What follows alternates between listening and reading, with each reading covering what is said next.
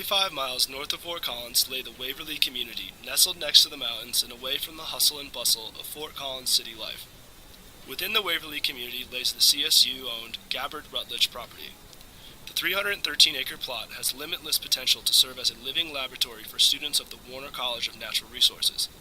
CSU purchased the west half of the property in 1963, followed by the purchase of the eastern half in 1970.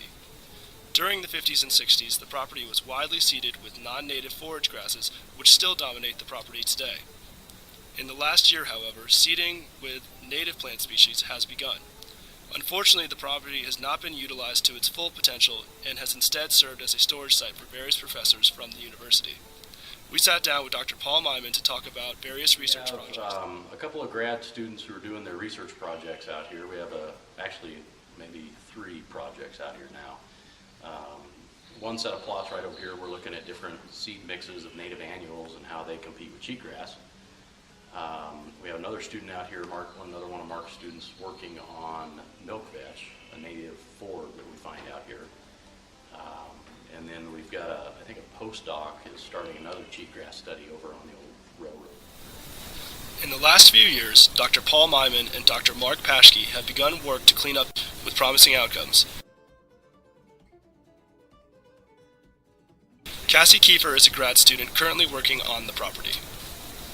The whole convenience factor of just having everything in one place would, I think, encourage people to maybe use that property, to use that facility, and I think a lot can be learned out on that property in terms of ecosystem interactions and plants and animals, and invasive plants would be a great target out there, but having a facility right on the property would really.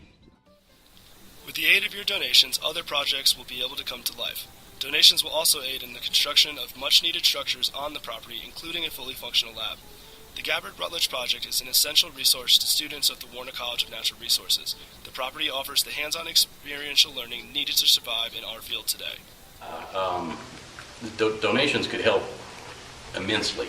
I mean, right now we've got these 2 metal buildings.